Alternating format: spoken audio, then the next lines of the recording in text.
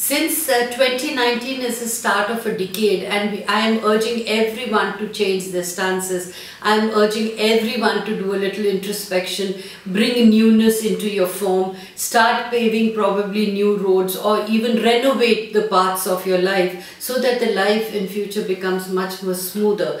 So now I am applying this to myself also, and I feel that it is important now that I am very much and really deep into demystifying astrology, because I really want people to be empowered individually, know themselves, be self-aware of their own selves, and start being a master. That is how we say astrology is all about fate and free will. What are the cards that are dealt out to you? But how you play with the cards is completely your intelligence. And mark my words, I consider every human being on this earth to be a master, and he is a person who can shape his own destiny. He is a person who's endowed, every one of us individually are endowed with our own special strengths and weaknesses.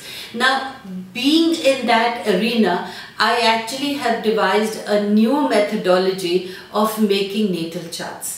One, I make the traditional natal charts where I apprise people of their destiny, of their talents, of the careers that are suited to them, of the challenges and pinnacles that they can face in their life, and how they can maneuver around their own lives to make life a much better and a much more happier and a happening thing. Now here I have also devised another plan, and which I have initiated in the middle of 2018, where many of my clients have benefited from it.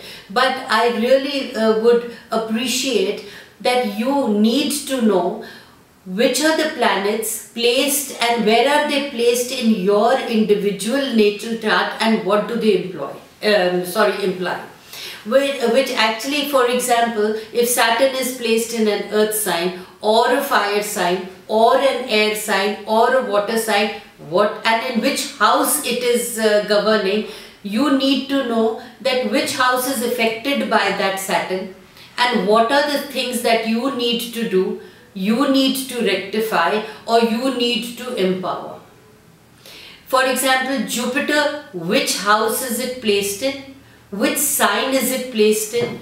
Whether it is in the 1st, 2nd, 3rd, 4th till the 12th house, which house? And that house is belonging to which sign?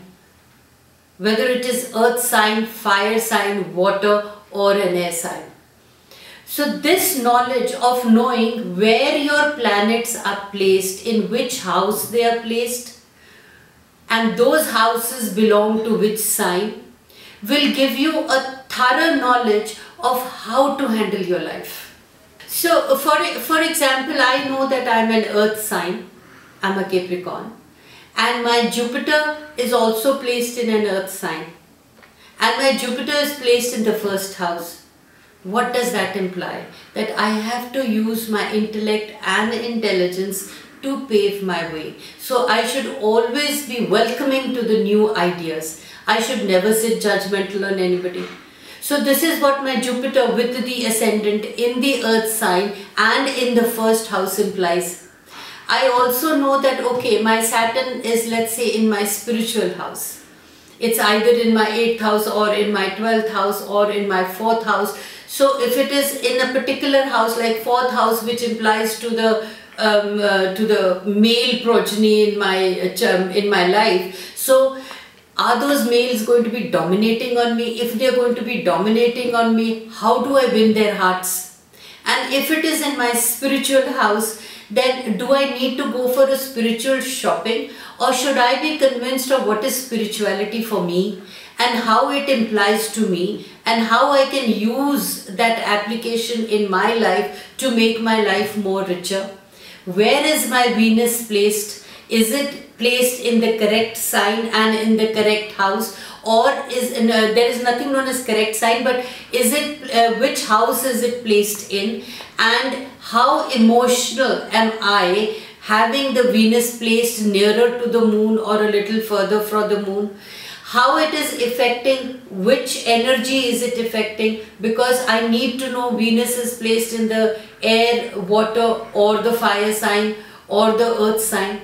So I come to know the levels and the degrees of my own energies by being aware of what a particular planet implies when it is in a particular house and in which sign.